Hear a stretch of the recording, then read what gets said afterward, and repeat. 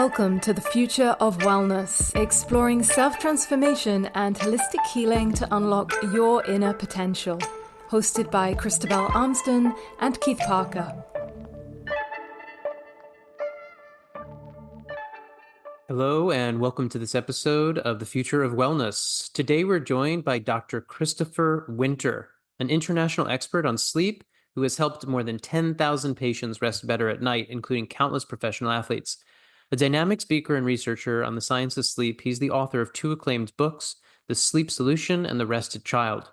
His current research focuses on sleep and athletic performance, and he has served as a consultant across professional sports for the MLB and the NFL, amongst others. As founder of Charlottesville Neurology and Sleep Medicine, CNSM Consulting, and the medical director of the Martha Jefferson Hospital Sleep Medicine Center, Dr. Winter has been involved with sleep medicine and sleep research for over 30 years. An Eccles Scholar graduate of the University of Virginia, he received his medical degree from Emory University.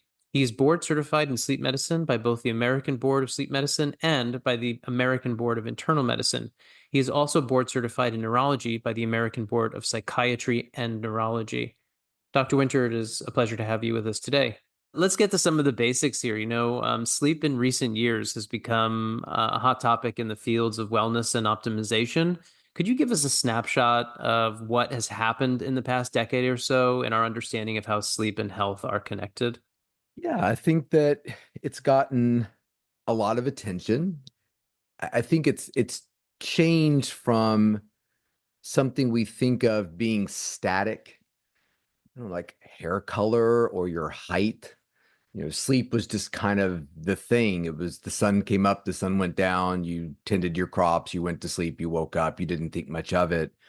I think as our societies become more geared towards a 24-hour culture, choice sort of entered into the mix. I think before the light bulb, if you're burning a whale fat lantern, there wasn't a whole lot to do besides go to sleep when the sun went down. There wasn't a whole lot of light. It was dangerous to walk around.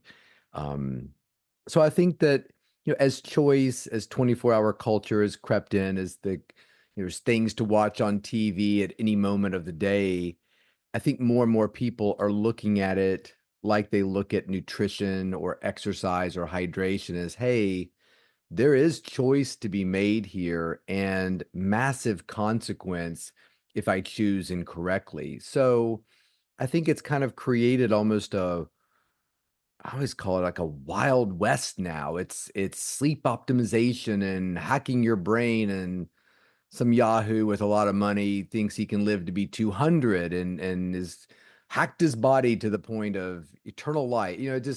So there's a lot of positives to it. But we're in that sort of carnival situation now where I think over the next few years, it'll kind of get pared down to some very simple, actionable items. But the fact that sleep is on people's minds now as, hey, I need to think a little bit about this if I want to lead a healthy and emotionally sound life is all a good thing.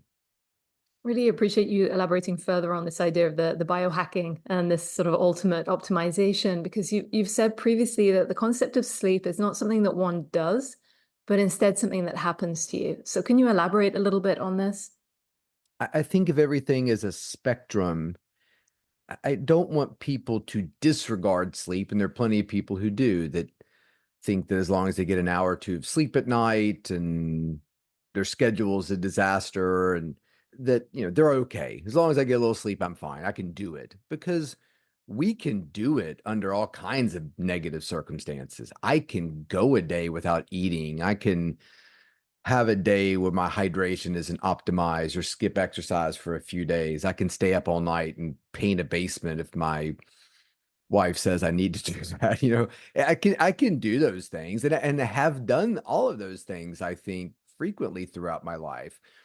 The idea that I'm doing something that's positive for my health in the future is very different. And sleep is a long pendulum. If you're judging on Tuesday your sleep from Monday, that's very short-sighted. It's really more about how am I going to look when I'm in my 60s and 70s and things of that nature. So, I think that this biohacking to me, if you think about the spectrum, is all the way on the other end. It's too much thought. Can you biohack a city bus? No, they're going to take somebody out today. So to me, it's all about let's make smart choices about our food, our exercise, our mental health, our nutrition, our sleep, and then let it go. Get off the chat room and the Reddit thread and buying the expensive supplement that doesn't really have a lot of information behind it. Let's just do the basics and be happy, and maybe spend your time and resources doing something else for other people might be a good idea. What inspired you to study sleep science? Is there a personal experience or challenge with sleeping that led you to focus on this particular area, or is it just a branch out of neurology studies? What was that like for you? How'd you come to this particular specialization? Yeah, it was very accidental. It was sort of born out of going to college and having told everybody up until that point that I was going to be a doctor. Both my parents were school teachers. I think they were both the first in their families to go to college. And so a feedback loop gets established very quickly in terms of you tell a family member you're going, or a friend or whatever, you're going to be a doctor or a teacher. And there's a lot of positivity. I would argue unfounded positivity, but there's a lot of positivity that comes back at you. Oh, he's going to be a doctor. Oh, let's give Chrissy $1 and a piece of hard candy because he's going to be a little doctor one day. And so I just kind of got to college and was sort of realizing the fact that I didn't really know what that meant. I liked thinking about the human body and learning the names of the muscles and how the heart pumps blood, but I don't think a lot of people who decide to be a doctor know anything about being a doctor. Maybe if you're the kid of a doctor or something like that, and you grew up going to your mom's trauma surgery OR. I have no, I don't know. So anyway, I started doing research. I reached out to my biology advisor. He said, there's doctors who need help with their research. Maybe you could get on with one of them and maybe even get paid. And I did. I found a doctor who was doing research on sleep, and I just thought it was kind of cool. I had no idea that a medical doctor would research sleep, let alone be the director of the University of Virginia sleep lab. So, it just kind of was a way to get biology credit, some experience, some money to buy beer, whatever. And then I just never left the field. It was so positive and uplifting. The people were so nice and supportive. It was a relatively small.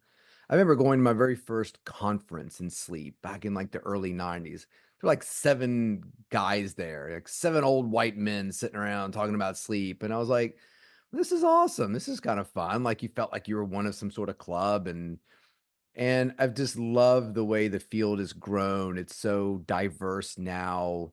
Women kick ass. It's just awesome to kind of sit back and just sort of let the field leave me in the dust in some ways. I've kind of resigned myself to that. Like, oh, there's Chris. He's that old guy that used to be really involved in sleep, and now he comes to the meetings and growls at people and walks around with his little meeting tote bag and nobody talks to him. And, he used to be great back in the day, but, the field has passed him by. I'm kind of excited to be that guy.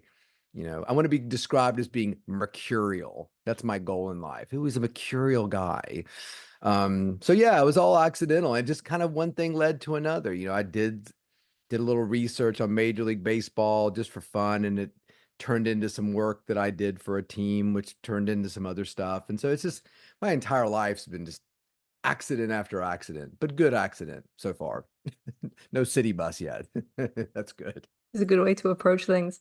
I'd love to start with just a little bit of background to some of the other questions we're going to be asking going forward, which are, can you give us a little bit of a rundown on the stages of sleep? What is sleep? How is REM and deep sleep alternating? How does that relate to neurological, physiological changes? What are we actually talking about when we talk about sleep?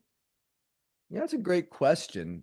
A lot of this sort of started off with just kind of observational data. Let's hook wires up to people and measure electrical changes that we see in their brains. And so you can teach an individual to sort of differentiate sleep stages probably in about 20 minutes. That's what we do when we read a sleep study. So, you sort of hit the highlights. You're awake. We're all awake now and talking podcast things, and that's fun. And then we fall asleep and we spend most of our night in sort of a lighter sleep, which is called light sleep, massively creative title. And then there's deep sleep and dream sleep. And deep sleep is exactly kind of what is kind of what it sounds like. It's an individual who is that consciousness part of their brain is really turned off.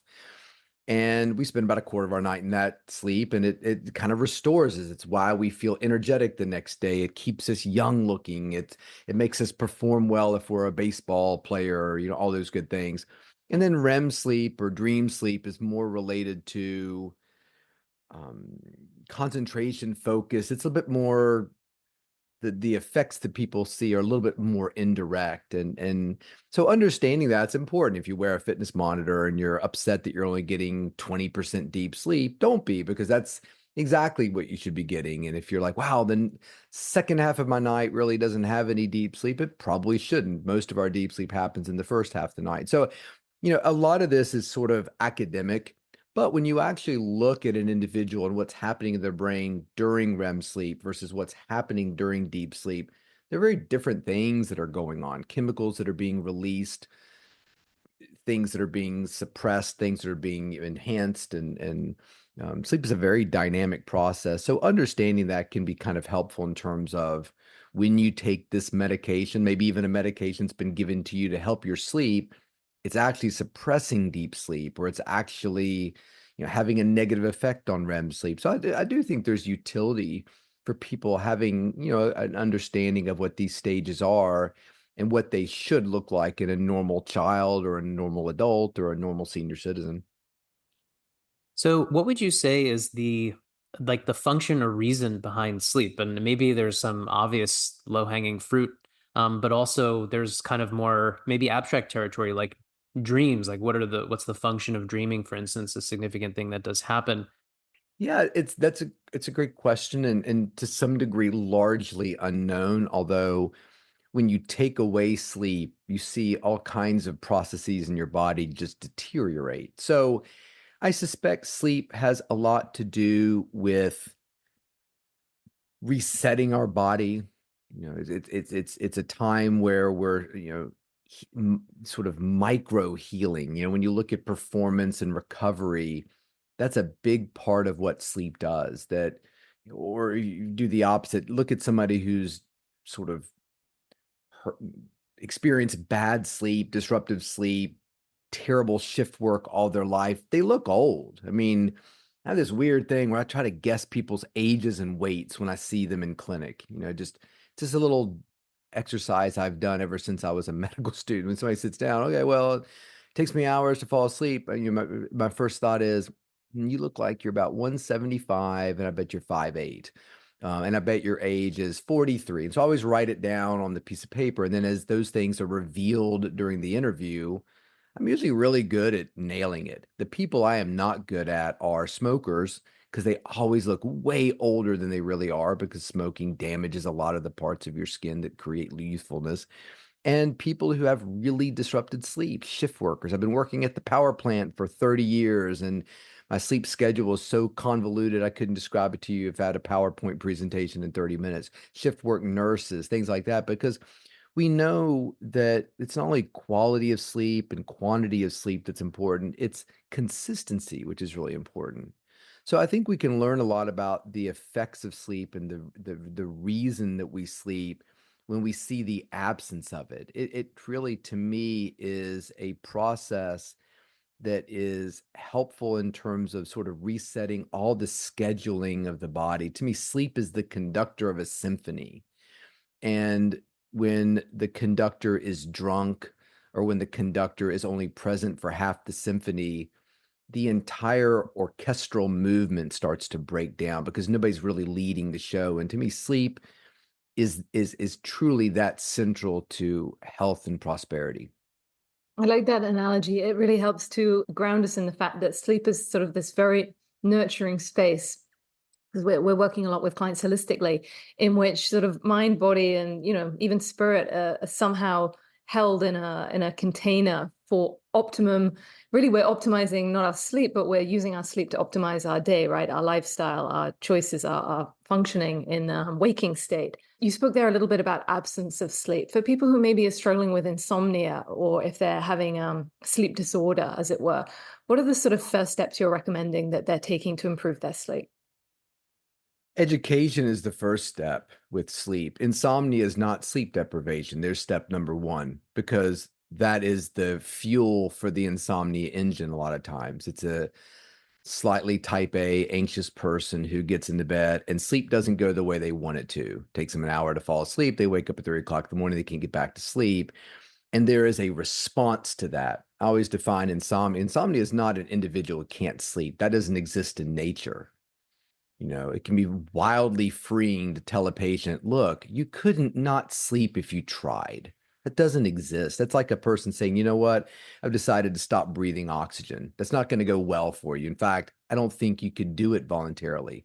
As soon as you pass out from holding your breath, you'd start breathing again. So to me, insomnia is just it's an amalgam of bad education that's out there. Pull 100 articles, interviews, podcasts, TV, whatever about sleep. 99 of them are going to be ways that you can fall asleep faster or get back to sleep if you wake up during the night. It's the only thing we ever talk about. Who cares how long it takes you to fall asleep? Who cares if you wake up in the middle of the night and have to go to the bathroom to go back to sleep right away? It's like, how many articles are dedicated to people who don't feel hungry for lunch? Who cares? Like, you skip lunch, move on with your life. You don't even give it a thought, because in the back of your mind, you think, well, I'll eat at some point. Weird. I'm usually very hungry for lunch, but today I'm not. So I'm moving on with my life. You would never call your doctor and say, I think I'm on the verge of starving. I need a pill to make sure I eat my chicken sandwich. No. But we put so much emphasis on sleep. This is part of that Wild West. We're actually finding more out about sleep. Hey, did you know if you don't sleep, or you have bad sleep, you have a higher chance of risk of dementia and heart attack and stroke and high blood pressure and looking old and having diabetes, and you name it, it's linked to poor sleep. But that's not insomnia. That's a completely different entity. But we never talk about what insomnia is, which is a person who's not sleeping the way they want to sleep. That's part A. Part B is you're upset about part A. Meaning, if I meet somebody at a dinner party and they say it takes me 2 hours to fall asleep, my first question is, how does that make you feel? The answer is, well, I don't care. Then you'll never have insomnia because you don't care. Like, I'll just sit there. I mean, eventually I'm going to fall asleep. Doesn't really matter to me. I kind of like being in bed, Chris, awake. Great. So the first step with sleep problems is getting good information. And I'm sorry, you're probably not finding it on TikTok or your social media platform or your sleep coach influencer, that when you look up their credentials, they have a bachelor's in, American history. Hey, I love American history, but it doesn't qualify me to teach an American history class. I'm not sure your history degree qualifies you to give great sleep advice. So seek out good sources of advice. If I'm not your cup of tea, which I'm not everybody's cup of tea, I fully accept that. I can find a cup of tea that works for you. And it's really empowering once you start to understand how sleep really works, how it functions within your body, the misperceptions that people have about sleep, the idea that everybody doesn't require 8 hours of sleep. That alone can be really freeing. Chris, I'm trying to get 8, 9 hours of sleep because I want to be super healthy, hack my brain, live to be 200. But God, I just can't sleep past 7 hours. Then great, sleep 7 hours. That's probably what you're genetically designed to do. So, to me, it's just one bad myth and perpetuated falsehood after another in sleep. And once you start to get through those things, it really kind of creates a sort of bulletproof sleep that anybody can attain. It's not that hard. You're already probably a lot better at sleeping than you think you are. So, in terms of working with clients, could you describe to us how you kind of diagnose or work with a client based on their profile? And, does this inevitably mean somebody comes to you with issues regarding sleep, but then you wind up working with, diet, exercise, relationships, the environment, et cetera, like everything that's not sleep, which is really an ironic kind of situation? Yeah, I think I mean, you diagnose sleep disorders by talking to people. Most of the people that we see do not end up having a sleep study. It's not even necessary or appropriate in a lot of patients. So it's understanding what's going on with the patient and talking to them is really how you find out. And you're exactly right. It does involve relationships. It does involve, hey, do you exercise? Hey, what is your job schedule like? Where did this problem start? This has been going on for 20 years. What you were a good sleeper, whatever that means, until this point, and then what happened? And so these are typically long interactions. This is not a flu shot kind of thing. And for most people that end up seeing me or that I'm working with, this has been going on a long time. I mean, sleep disorders are some of the most chronic, undiagnosed, misdiagnosed disorders out there. So there's, the patient comes in with the black binder. You know what the black binder is? The black binder is a list of all the stuff that they've gotten or dealt with, testing, MRIs, sleep studies that they've had through all the other doctors and specialists they've seen up into the point where they see you. So there's often a lot to sort of sort through when you're dealing with these patients, but it's listening. It's listening to the patient, hearing their story, and then sort of helping them start to understand what the nature of their problem actually is. I mean, that's a big thing what we do. A patient comes and says, I haven't slept in 6 months. That's not physiologically possible. That's not real. It's like Michael Jackson couldn't sleep. None of the pills worked. Well, Michael Jackson not being able to sleep was never the problem. So it's not about telling people they don't have a problem. It's about telling people the problem you think you have is not the problem you actually have, and helping them understand that, because when you understand the problem that's really going on, you can fix it a whole lot better than trying to deal with an imaginary problem, so to speak. What are these problems? Yeah, I mean, you divide people that I see into two camps. They're the I can't sleep camp, which is my least favorite phrase in the English language because, again, it does not exist. I've been in this field for 30 years, been practicing, for 20. I've never seen a person who can't sleep. And not only that, not even close. Now, how often do I see people who tell me they can't sleep? Weekly, easily weekly. Um, so I'm waiting. I mean, maybe that person exists out there, but sure enough, when we put them in a sleep center or put something on their body to measure their sleep, they're sleeping a lot. So one of the hard things, particularly within primary care, is perception of sleep and reality are two very different things. I mean, just the other night we were watching, God, I don't know, a Shrinking on Apple TV, and my wife fell asleep. And so I said, the next time we watched, I said, hey, we need to watch that episode again. A lot of important things happened there. You fell asleep. And so we did. We started again, started watching it. There was like 25 minutes of the show I didn't remember. And I thought to myself, damn, I fell asleep too. Now, if you had asked me before, I would say, no, I saw the whole episode. I was the one who played it, and I turned it off when the credits rolled. But I clearly fell asleep in the middle of the episode because it was a big chunk I didn't realize that I was sleeping. So had the doctor said, Chris, do you ever fall asleep watching TV? I would say no. But the reality is, sure, I did. I fell asleep for half the show pretty much. So we have to understand, as providers of healthcare, our patients aren't lying to us. They're coming in and telling us what their experience is.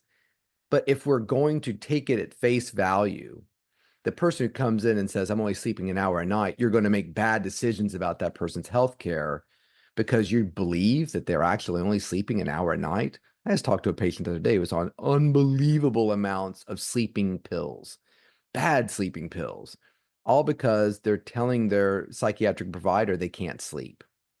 So when we don't understand sleep, we make bad decisions. It's like, some guy walking in my clinic saying, I've been gaining a lot of weight. I think I'm pregnant. I'm like, okay, great. Here's some prenatal vitamins.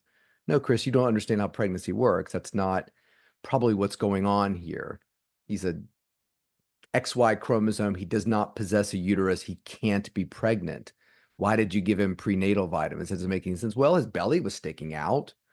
Well, that doesn't mean he's pregnant. And just because somebody says they're only sleeping an hour a night doesn't mean they're sleeping. So that's the big camp, can't sleep. Then the other camp is can't stay awake. Fall asleep, crash your car, fall asleep at a stoplight, getting fired from your job because you nod off and people film you with their phones asleep at your desk. So it's either hypersomnia or non-somnia. And the people who are more at risk for health consequences are the hypersomnia. And what's unfortunate is they're the ones that everybody wants to be. Oh my gosh, I wish I could be like Carl. Carl can sleep anywhere. He's asleep before his head hits the pillow. I've never seen somebody fall asleep as fast as Carl. I pray to God every night that I could be like Carl. No, Carl's got a big problem. Why is he so excessively sleep? It's like looking at somebody eating food out of a trash can. Ooh, I wish I could be like that guy. He's a great eater. No, he's not. He's starving to death. And because of that, he's so driven to eat food that he'll eat food out of a trash can. You do not want to be like that person. But we covet falling asleep fast. Ask 100 people if they're a good sleeper or not. The people who raise their hand and say they're not good sleepers, you ask them why, they'll take, because it takes me a long time to fall asleep. That's generally not an indication of bad sleep. It's an indication that you've gotten sleep of reasonable quality and quantity, and your brain doesn't want it. Do you want a brownie? Want a sandwich? Want a piece of steak? Want a cupcake? Want an apple? Oh, you don't? Then I'm guessing you're not hungry. And if you're not hungry, you've eaten recently. But we have the complete opposite views of sleep. That if we get in bed and 20 minutes have passed and we haven't fallen asleep, it's a big emergency. And understanding that it's okay to not fall asleep when you go to bed at night, that's not a big deal at all. Maybe I just talked to a patient the other day. I said, when do you go to bed? She said, 8 o'clock. I said, you're 23 years old. Why do you go to bed at 8 o'clock? Well, that's what I've done ever since I was a kid. Then go to bed at 11. It takes you 3 hours to fall asleep at night. You don't have a sleeping problem. You've got an expectation problem. You just woke up at 9 o'clock. Why do you think you're ready to go to bed 11 hours later? So there's a lot of things like that when you dig into it, you're like, this doesn't make any sense. I've got 9-year-olds in my house that go to bed later than you do. What is going on here? Well, I just don't feel great. Well, okay, well, don't feel great in your living room watching Shrinking. It's a great show. Don't go to bed and sit there for 3 hours unless you want to. Somebody says, look, I like being in bed for 3 hours before I fall asleep. Then great, do it. But that's not, I mean, that person had been on sleeping pills because I guess they went to the doctor and said, I can't fall asleep. It takes me 3 hours to fall asleep. The doctor never asked, well, when do you go to bed? Like that's important, right? Hey, doc, I'm having appetite problems. I can never finish my dinner. Okay, here's appetite stimulants. No, the doctor said, tell me about your dinner, Chris. I don't know. 3 extra large pizzas? Just can't finish them. Well, Chris, you're a little man. Why do you think you can eat 3 extra large pizzas? Well, I don't know. I was with some football players and that's what they eat for dinner. So I thought I'd like to be more like them. So no, Chris, your expectation's wrong. You have no problem with your eating. It's your expectation about what you can eat. So eat a half a piece of pizza and move on with your life.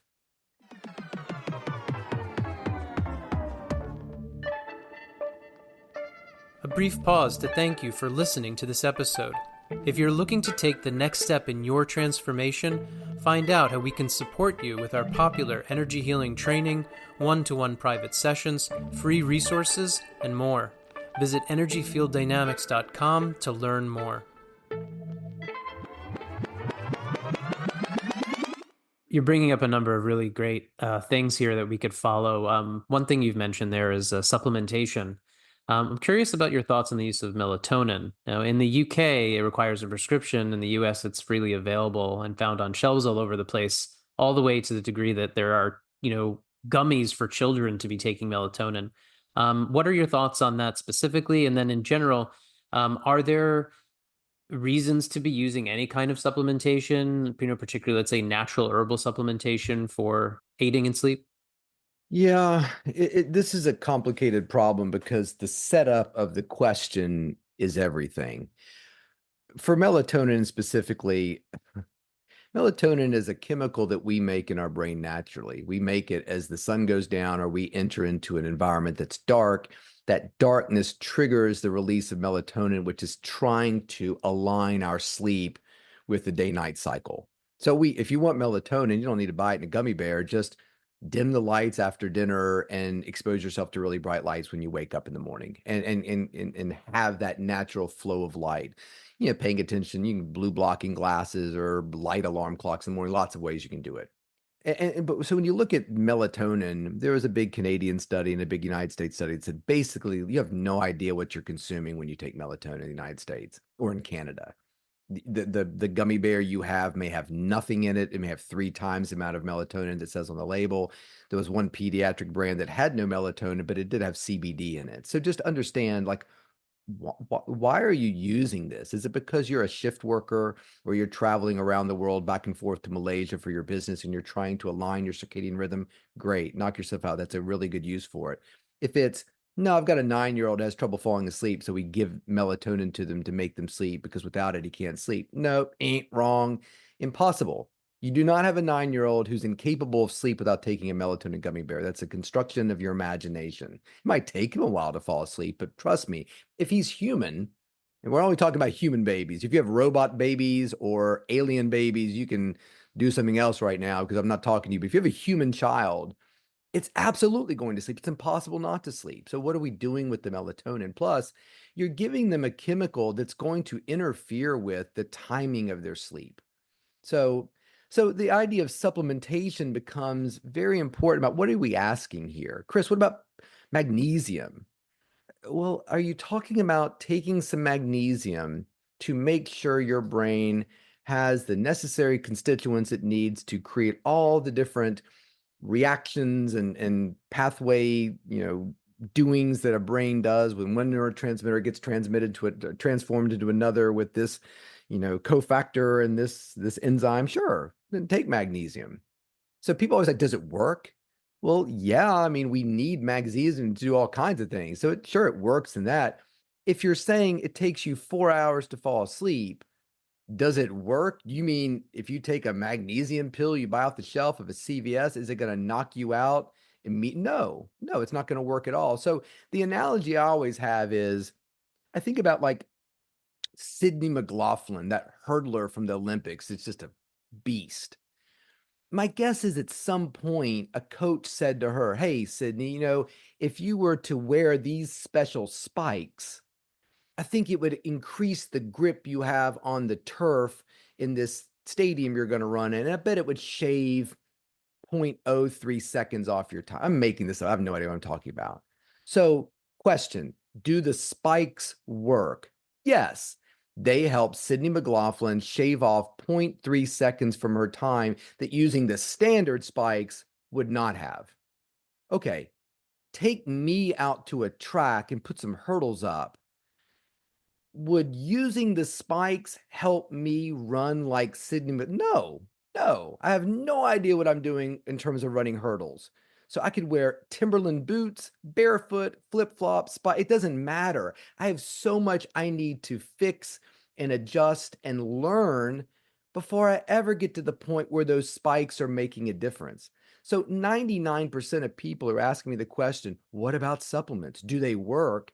Are asking from the perspective of, I can't sleep and nothing works. And I've seen 20 different doctors. Would the magnesium work? Do you think magnesium threonate or glycinates? It doesn't matter.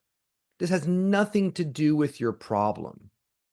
This sounds very much as we are outlining it as a contemporary problem, like a kind of contemporary obsessiveness, a promotion in the media and wellness press. Hack this, do this, tweak that, 5 top tips. That kind of mentality. What should people be caring about from your perspective? What's the real problem? Is there a problem? You're spending your time and energy and effort in this area. What is it that people aren't hearing, aren't doing? I think what you should pay attention to is getting enough sleep.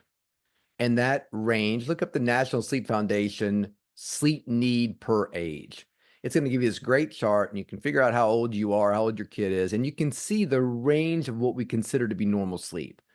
It's not an 8 hour, it's 5 to 9, 5 to 10 hours. So understanding that sleep is a range and it's genetically determined is really important. I want you to get the amount of sleep that you need as an individual, not more, because that's just sitting in bed twiddling your thumbs, quote unquote, can't sleep.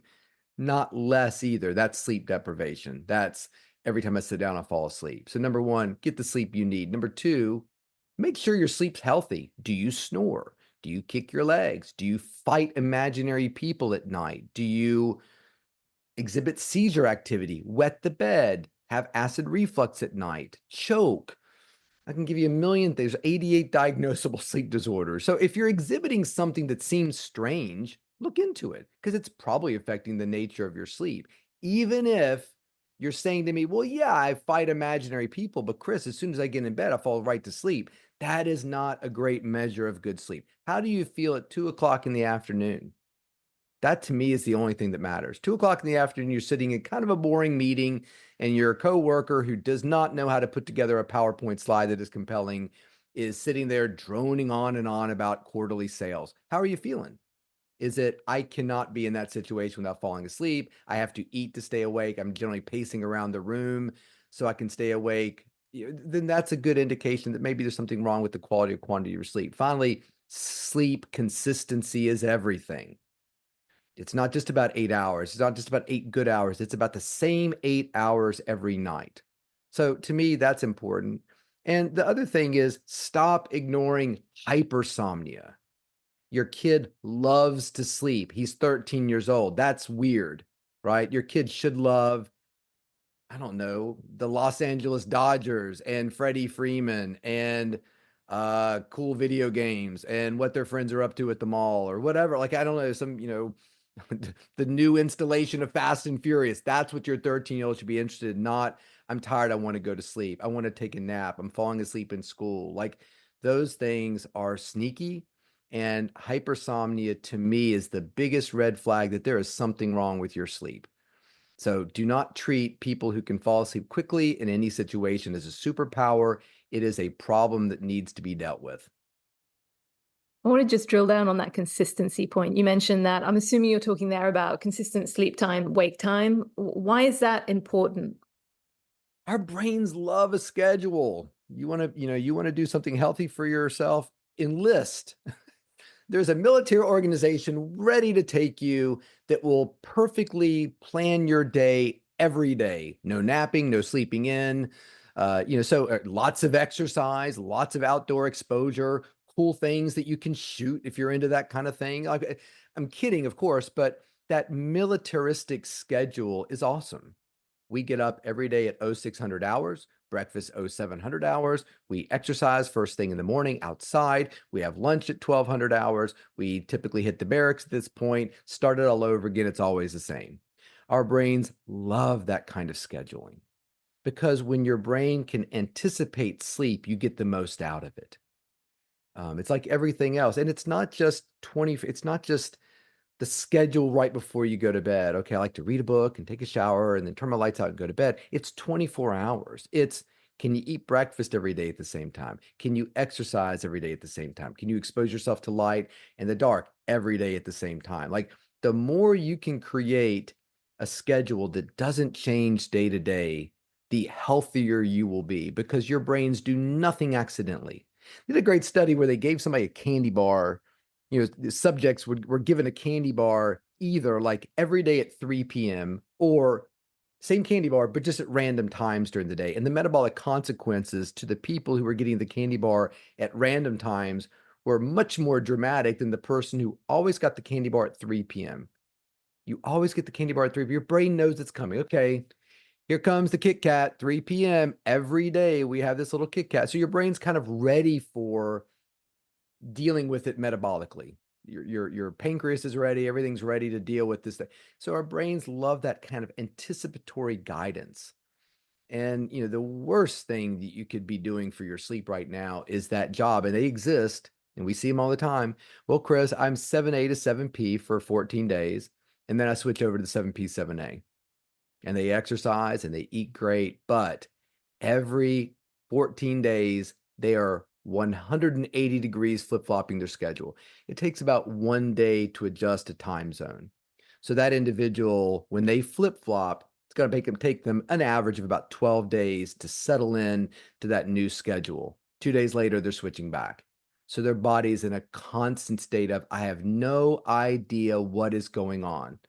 Ever fly to Bangkok? How do you feel that first day you're there? Pretty miserable because you're eating food that you're not used to. You're on a totally different schedule. Your body has no idea what's coming. It's just reacting now. It's not anticipating. And so that schedule, when you look at dietary research, sleep research, exercise research, all of it is kind of looking at chronodate, like chrononutrition. Is it what you eat? Is it how much you eat? Or is it when you're eating that makes the difference? And all those things are probably true. But if you're ignoring the when in the equation. You're really, really missing the boat, I think, with sleep. Fascinating to consider the timing of things and the value you're putting there on the consistency and the specific time. You mentioned 2 p.m. there as a good question mark period, like what's going on at 2 p.m. I'm wondering why you highlight that, and does it relate to why some cultures are investing in siestas or midday kind of napping? So general question there, and how it might relate to the value of napping, if that's a valuable thing to be doing. Everything you said is exactly right.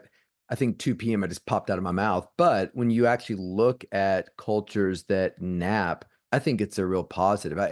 There's a lot of interesting research. There was a book that came out several years ago, At Day's Close, A Journey into Nights Past or Sleeping Past. It's written by a guy named Roger Eckertz, who is a historian at Virginia Tech University in Blacksburg, Virginia. And he said, if you look back pre-industrially, we slept in two phases. We would go to sleep, sleep for a period of time, wake up in the middle of the night, mess around, say some, prayers to get rid of demons from our chimneys and visit friends and I don't know, weird stuff you do at night. There's all kinds of sayings I remember for that book that related to that time of night. And then we would go back to bed for second sleep and then wake up. So his argument was we probably sleep better in a biphasic period. And when you look at other animals in the world, we're probably about the only ones that have a monophasic sleep period, at least try to have one. So his thought was, we'll have a monophasic sleep period if you want, but if somebody comes to me and says, look, Chris, I wake up in the middle of the night, I have trouble getting back to sleep, should we pathologize that? Or is maybe that, hey, it's okay, that's kind of what you were designed to do anyway. And I think you could say the same thing about a biphasic wake period. I think it's amazing when people actually nap for a short period of time and later in the afternoon, just how better they feel, how more productive they are. So yeah, you lost 25 minutes with your nap. So you have 25 fewer minutes to get some stuff done. But my guess is you'll get stuff done faster and better at the end of the day, having taken that nap. And the middle of the day is sort of a natural time when circumstances in our brain are creating sleepiness. There's a natural lull there that a lot of scientists, I would say that's what we're supposed to do. That natural lull, we're supposed to respond to it by a little period of rest or siesta. So I'm a fan of it. I think that siesta works even better when it's scheduled. Not just I take a nap when I can. It's every day from 1:45 to 2:05. I turn off the lights in my office. I lean back, put a little sleep mask on and a noise machine, and I set an alarm and I just relax. And what I always tell people is don't seek sleep, just rest. Turn the lights out, put your little eye mask on, spray some lavender spray in the air, put a little blanket over your body, lean back, close your eyes, and set an alarm. And for the next 15, 20 minutes, I just want you to close your eyes and think about people that are important to you or the ending of a show that you would have written totally differently or things you can get your partner for their anniversary, whatever you, or think of nothing, try to clear your mind. If you're a meditator, which I'm a big believer in, meditate. That's a great time to do it. If you fall asleep, awesome. If you don't, it's still wildly restorative. There's all kinds of research that says people who rest effectively, they're doing really positive things for your body. So every day you establish the idea that I'm going to take 15 minutes out of my day and rest.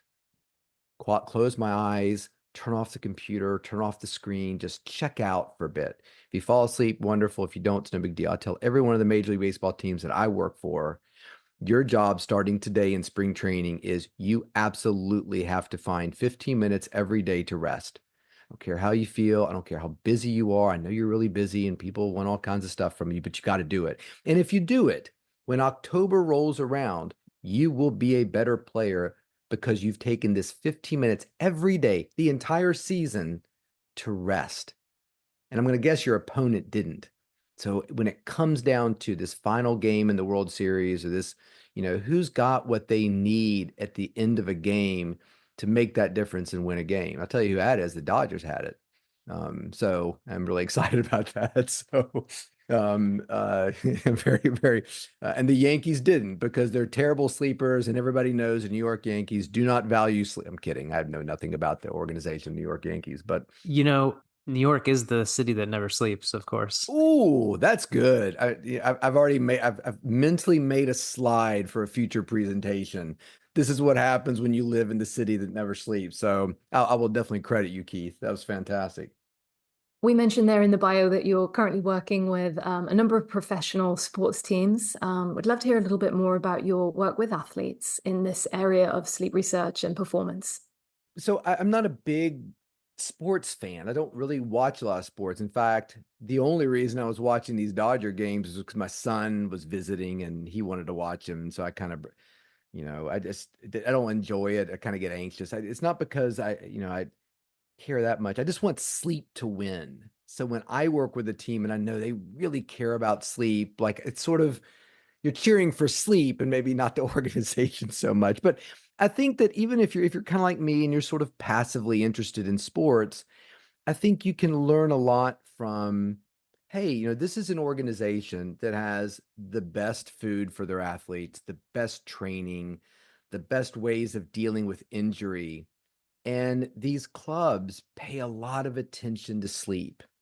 And I think that's really important. I can affect what you eat. I can affect the way you mentally prepare yourself. I can affect the way you train and how you deal with injuries or work towards preventing them. And I can help you with your sleep.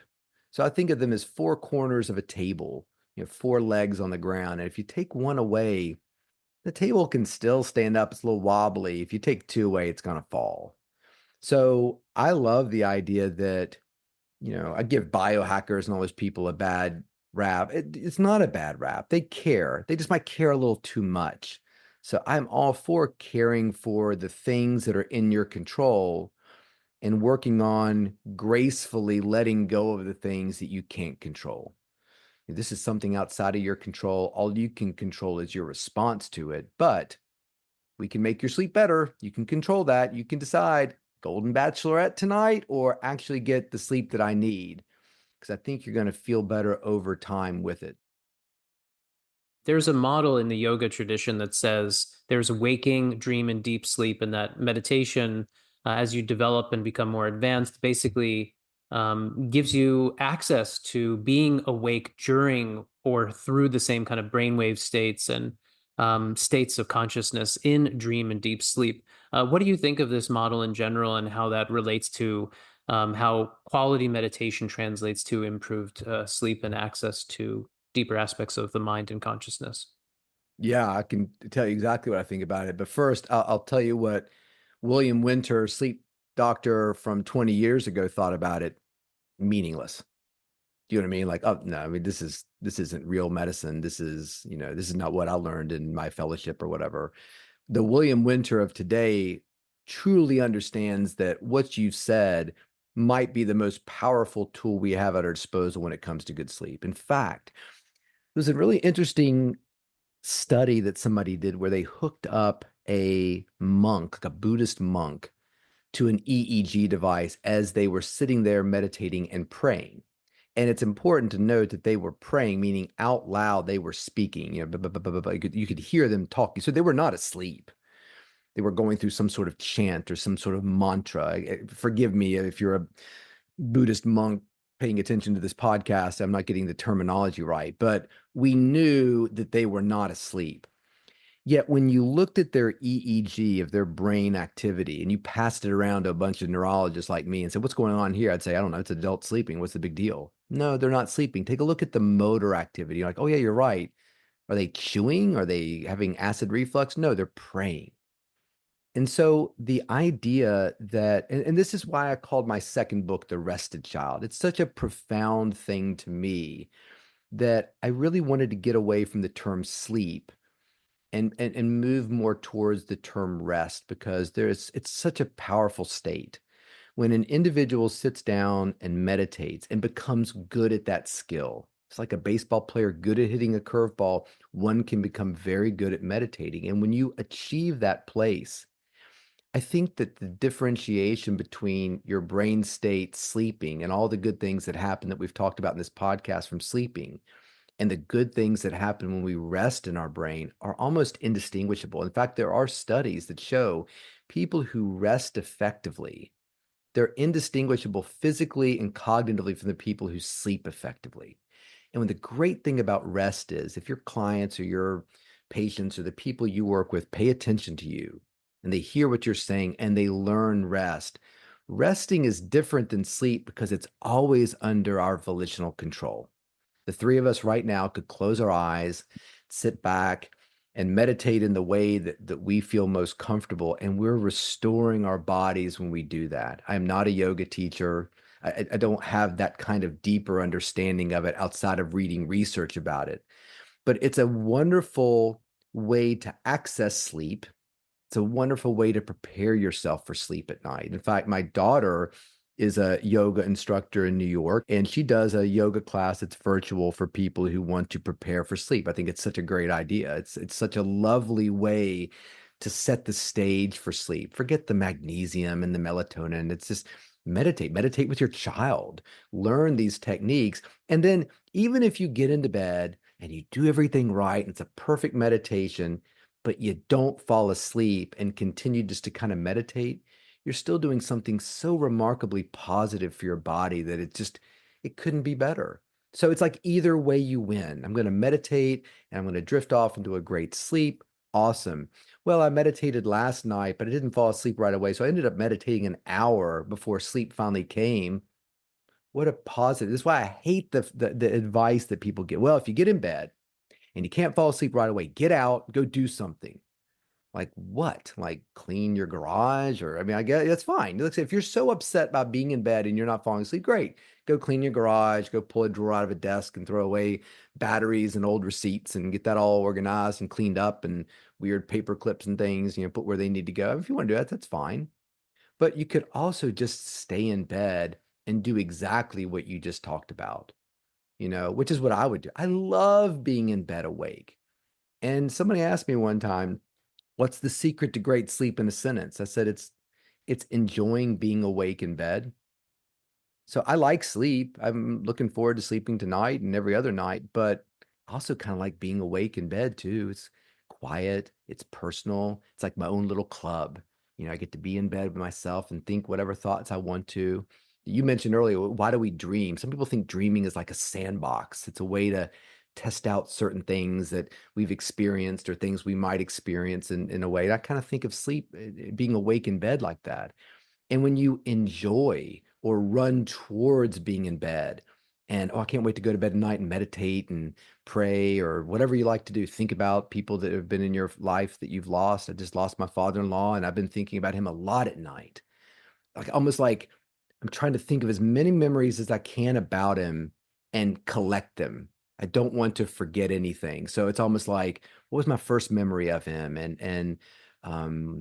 Thinking about going to a ball game with him. He was always obsessed. I would get him tickets because I work all these teams. Like, hey, Ray, let's go. I got a tickets to go see the Yankees play the Rays down there in Tampa.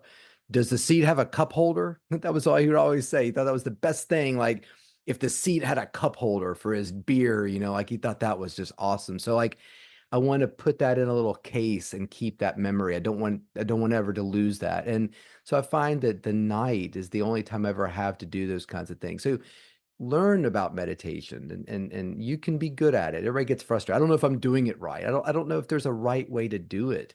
But people like you, that is a powerful tool in your tool belt. And if you're a sleep researcher, or a sleep scientist, or a sleep clinician who doesn't believe in that, you're really missing the boat.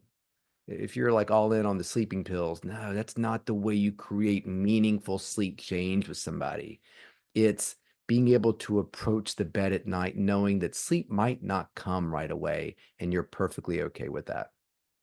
Is there something that you'd like to share with the audience today that we haven't asked about that you see as being important, vital, pertinent with regards to sleep and sleep health? I think we've probably covered it. I just think people need to stop focusing on so much on this idea you can't sleep. And I hate sleeping pills. I just abhor sleeping pills. So if you're somebody who's taking a sleeping pill because you think it makes you perform better at whatever you do, I want you to talk to the provider that's giving you the sleeping pills and say, could you just give me one piece of any kind of research that shows that me taking this pill you're prescribing is actually improving the quality of my sleep and the way I'm performing better.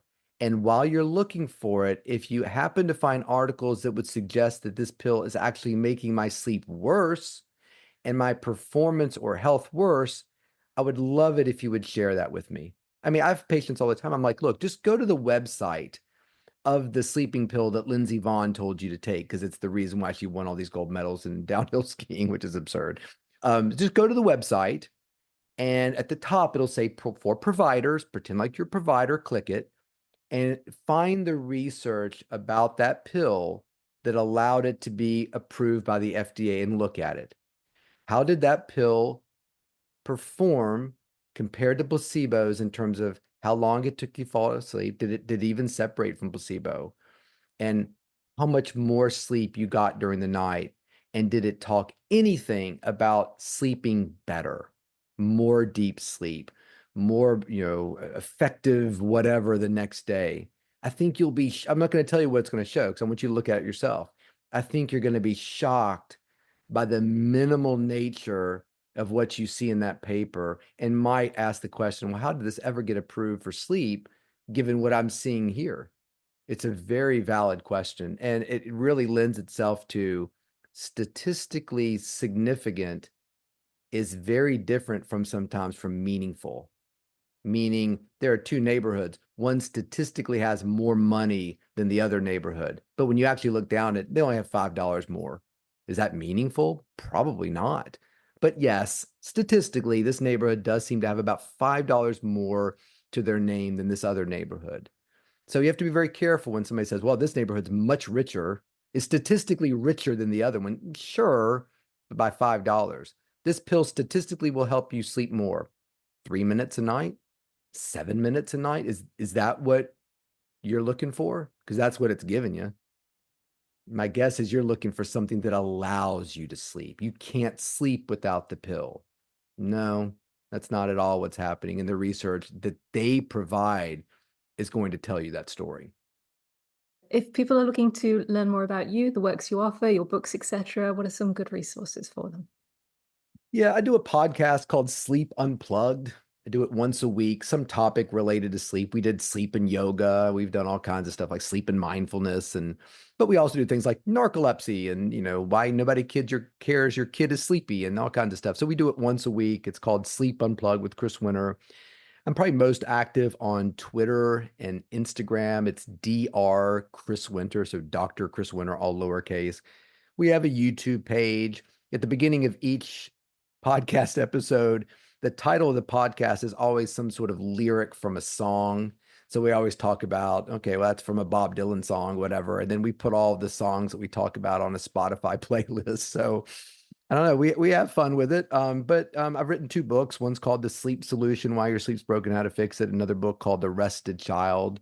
So those things are out there if you're interested in that kind of stuff. But there's so much great sleep information out there, and there's no reason why you can't find what you're looking for. So educate yourself first and foremost. Thank you so much for your time today, your candor and passion as well regarding this subject, which I think you distilled a lot of great knowledge and experiential wisdom on this subject that might be cast in the hot topic trending category sometimes, and yet you pointed people in the direction of whittling things down to a lot of common sense simplicity as well as an informed understanding. So thank you so much. I think this is really relevant and valuable. Yeah, beware of the hot sleep topic because it's probably nothing. Like we've known about what we need to do for a long time, and it's pretty rote, but still important. But thank you very much, Keith, and thank you, Christabel. Appreciate your platform. Really appreciate the time today. Thanks so much.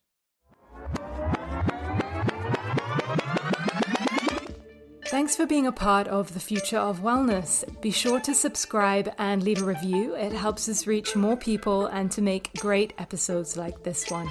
Learn more about field dynamics and why we think the future of wellness matters. Check us out at energyfielddynamics.com. See you next time.